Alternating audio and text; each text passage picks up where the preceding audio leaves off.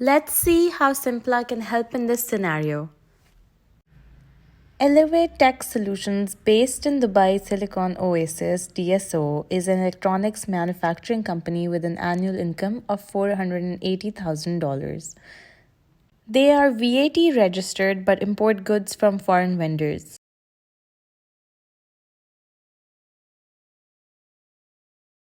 They are trying to figure out whether they have to pay VAT on the import of goods. Simpla's advice module will help get the answer ElevateTech Solutions is looking for. Let's see what Simpla suggests. Simpla's advice module provides two kinds of conditions and offers advice based on certain scenarios. ElevateTech Solutions can then decide which scenario they fall under and follow Simpla's advice and as per the conditions mentioned. ElevateTech Solutions follows up with another question. Should I charge VAT on goods supplied in the free zone and to the mainland?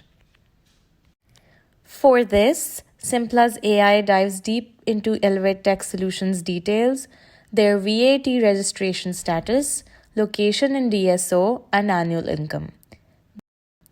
Based on the details provided by ElevateTech Solutions, Simpla recommends advice based on two conditions.